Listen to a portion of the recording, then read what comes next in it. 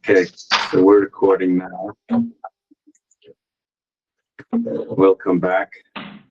We're up to Masechtas Chagigah, page 8a, here at the third section.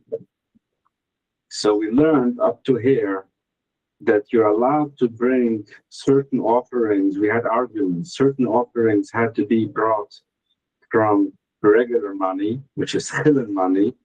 The certain offerings you were allowed to bring with master money that it's already segregated from master.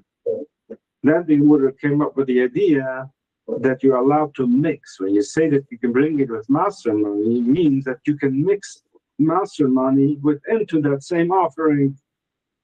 So now we're going to step into how the mixing should come along. So we're going to learn now a new argument between Chagigah with Rabbi Yochanan. And they would argue as to why or how to mix in master money with regular money. I need to excuse myself for my voice. Sorry, I'm not feeling very well, but I'm back. I'm happy to be back after this break. So we're doing this anyways. So Chagigah says... We hear you loud and clear. You're doing great. You hear me? Okay. I think my voice is like very shot, but okay. Chagigah says, you are allowed to bring another animal. Let's for argument's sake, let's say they bring cows. They're bringing the first offering is a cow. Now you want to add to the cow. The cow is not enough for all the people that you need to have enough food. So you're allowed to add to that cow, maybe another cow or a sheep or whatever you want to add to it. But you should not be mixing the money into one pot and then take all that money and buy one animal. You shouldn't do that.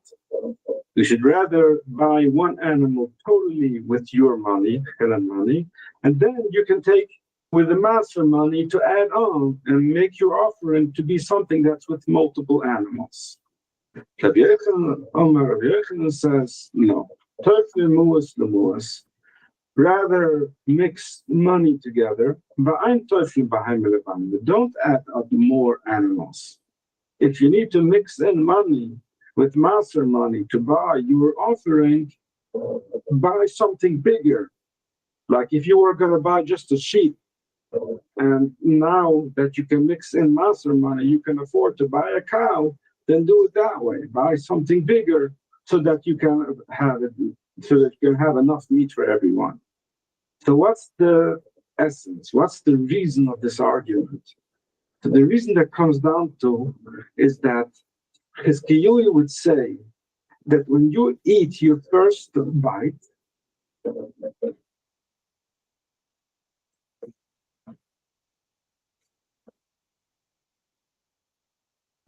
okay, I paused because I see that I'm running ahead of myself. The Gemara is going to explain that. But it's coming down to rather make sure that when you eat from one animal, you know for sure this is what I'm eating for the offering, and the rest I can eat. I can add on more meat for that. I can use master money.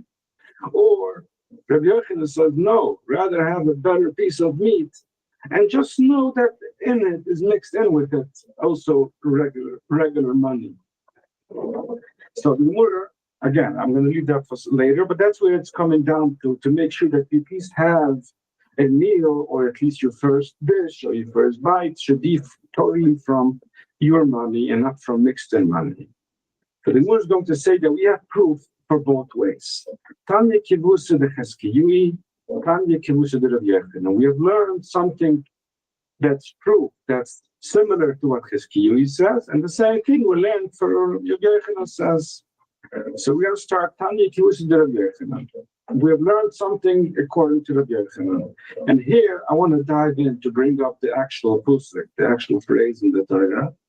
So if I can bring this up.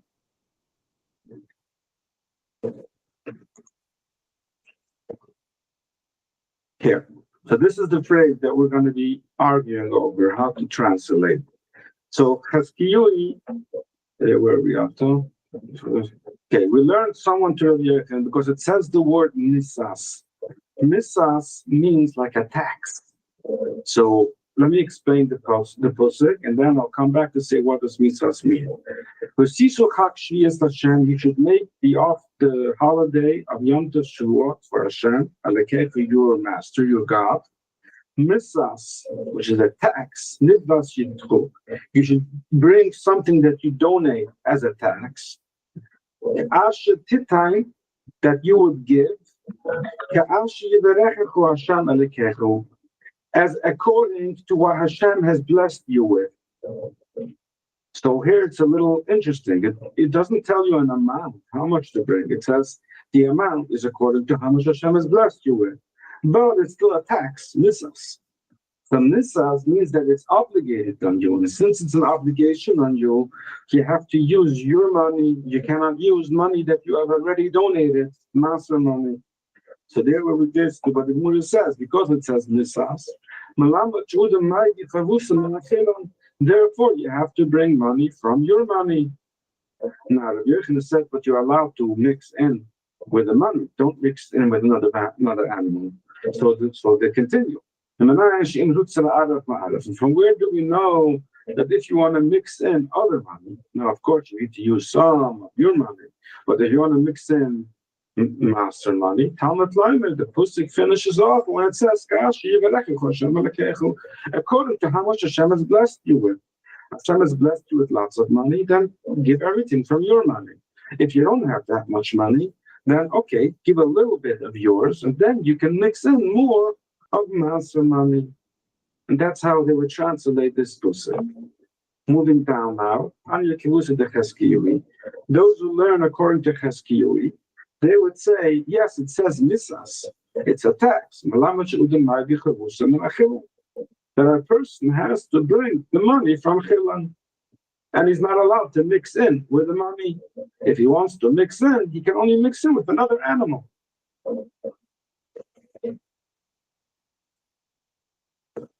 So the question is, what does Cheskiyui say with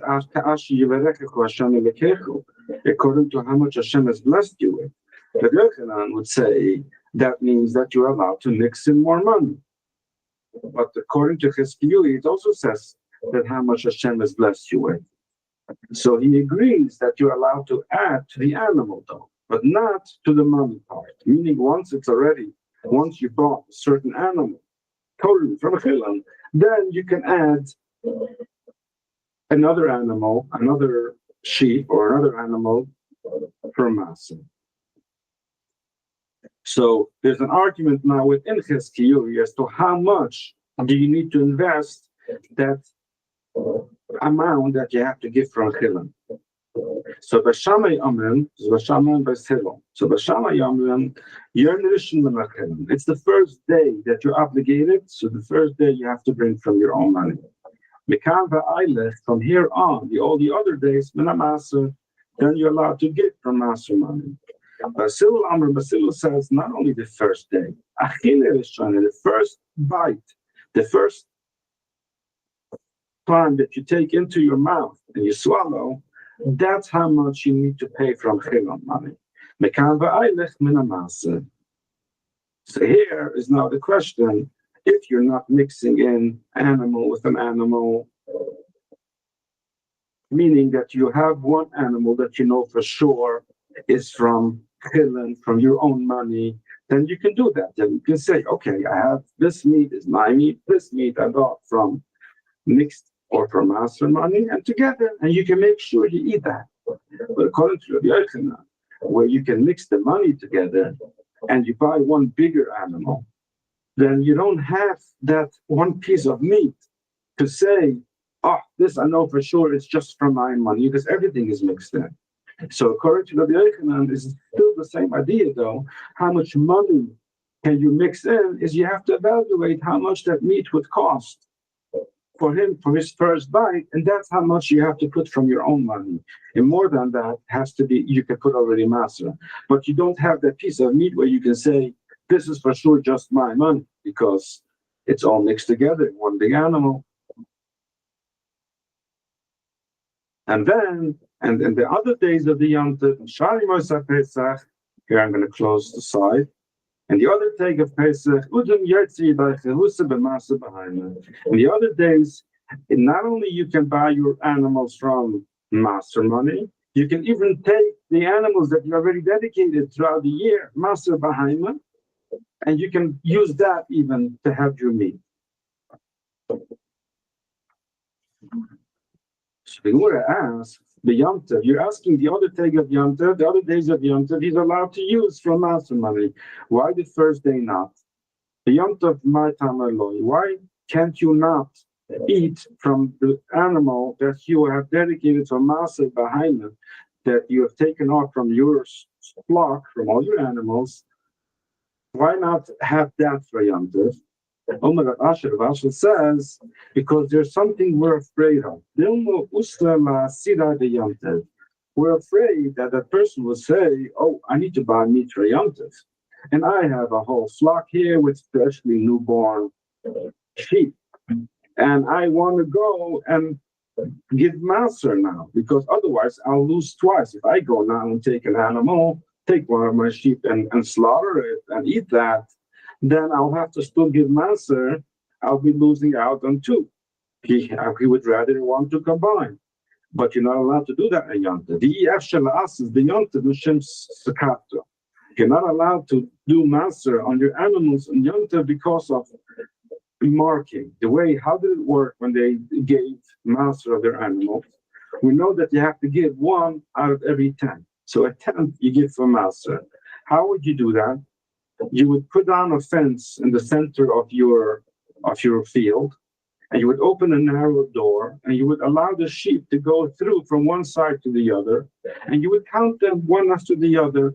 And every 10th, when you arrived to number 10, you had like a whip that was dipped in paint, some red paint, and you would hit the 10th sheep with it. That would put a red marking on that sheep, marking it that this one is for master. And since you're not allowed to do that in Yom Tov, so the sages said, we're afraid that you're going to go and do that. So they said, okay, you're forbidden. You cannot, for Yom Tov itself, use from master Bahaima. Interesting, though, that you can use from the money of master, that you could use because that you're not going to do in Yom Tov. So now the Gemara comes back. Remember before we said the word nisas is like a tax. So the Gemara is asking on that itself. Where do we see nisas that is an obligation that you have to give from your money? My mashna, the high nisas, nishna the chilani. Where do we see from the word nisas that it means that you have to give from your money? So this says, like we learn in the Megillah, the Yusam HaMelech Achashvarosh Mas Al Uretz. The king Achashvarosh, he put a tax on the land. And a tax on the land, you have to give from your money. It's an obligation to do. So we see the word mas used as a tax. So when the Torah uses misas, it means it's an obligation that you have to give like a tax. Now, it doesn't have a set amount, but it's still something that you're obligated to give. And the sages said, does it have to be the first day meal, or is it good enough just for the first bite, the first thing that you eat, and the rest could already be mixed in money? So we learned in the Mishnah, Yisroel Yertzen Yidai Husai, a Yisroel could fulfill his obligation b'nedurim and neduvas, with all his pledges and donations that he has promised throughout the year. Now he's up in Yerushalayim. Now he has a chance to give it. He's allowed to use those needs, even though he has already obligated them. He's already donated them and promised to give them. He can still use those needs for his Yom Tov to be happy to have meat. So Torah Rabbanon, the Rabbanon learned on this. It says, you should be happy in your holidays. And therefore, we learn from this that Abbas Kol Nina Simchas La Simcha. Anything that can help you make happy, be happy, you should do. And that's what the Gemara says. This is where the sages would come and say, Yisroel Yotzi Yidach Meduvas in Masa Bahana, that Yisroel, meaning the regular Yid, could be fulfilling his obligations with any kind of meat, because all he needs is meat. And when he has the meat, he's happy. Meat makes someone happy. So therefore, it doesn't have to be from his own pocket. It could be anything that he has already promised or donated throughout the year. Now those are for the regular Yid, for the Yisroel. The Kahanim, the Chappas, the Usham, the V'chov, the V'chov, the Kahanim, they get pieces from a lot more different offerings. So these are meat they get even from meat that wasn't theirs at all. Some Yisroel, some regular Yid brings an offering, maybe a Chappas, which is a sin offering, and the Kohen gets a piece of it. He could be Yotze, he could be fulfilling his obligation of eating meat even with that, because he after at the end of the day, he has meat. So the Gemara wants to say, maybe even with chicken, because if it's an offering that anyone brings, and as long as they get a piece of that offering, they're going to get meat. Maybe chicken is considered meat. If the menuchas is the offering that was brought from bread, the bread offering, the challah, the matzah. So the Gemara says, Talmud Lomer, therefore we learn v'samachtu b'chagechu. We're switching over to page 8b. What does it mean v'samachtu b'chagechu? Before we learned from v'samachtu b'chagechu that you should be having meat, you should be happy with anything that helps you make you happy. Here we say, Misha Chagigah bumahan. Chagechu has a pun, a double meaning here, right? It could mean the holiday, and it can also be something that you celebrate with. Chicken or bread is not something you celebrate with an animal. Yotzi eilish ein Chagigah bumahan. The korban Chagigah you cannot bring, the offering you cannot bring from chicken or from bread. Has to be from meat. Therefore, v'samachtu b'chagechu, chagechu means something that you would bring for your offering of Chagigah, which is basically something that you celebrate with, as you have learned already before, that the Chagigah has to be meat. So Rav Asher comes and he says on the same word, but he says that we don't need the word Chagechu for that. You remember there's two words, v'samachtu b'chagechu. Rav Asher says, just from the word sumachtu, they have to be happy. You already know that it has to be meat. That already excludes something that doesn't bring happiness. Chicken or meat or bread is not something you celebrate. But meat, you are. So therefore, v'samachtu. So what will Rav Asher do with the word b'chagechu? It says v'samachtu. Why b'chagechu? What does b'chagechu add? Rav Asher, hi b'chagechu ma'uvedlai. What will Rav Asher do with the word b'chagechu? I need that word. Look at Rav Daniel bar Katina. Daniel, the son from Katina, he said something about it. The Umar of Daniel bar Katina, that Daniel, the son of Katina, says, Umar Rav, in the name of Rav. How do you know that you're not allowed to marry your wife in Chol HaMoed or in the holidays? When it comes to holiday, you should be happy with the holiday. Don't mix another simcha into this simcha. Meaning, don't bring, even though we learned before, anything that helps you become happy, do it. But still on the reason because of the holiday, not because of another celebration. Marrying your wife is another celebration. Don't mix that into the time when you're meant to be happy now with the holiday. And that's what the word b'chagechu would mean according to Rav Asher. He says in Samach to be happy, you have meat. B'chagechu means don't mix another simcha now. Put that for after Yom Tov so you have some more happiness. Yom Tov, keep it for Yom Tov. So we're going to pause here by the Mishnah. Thank you so much for today. I'm going to stop the recording.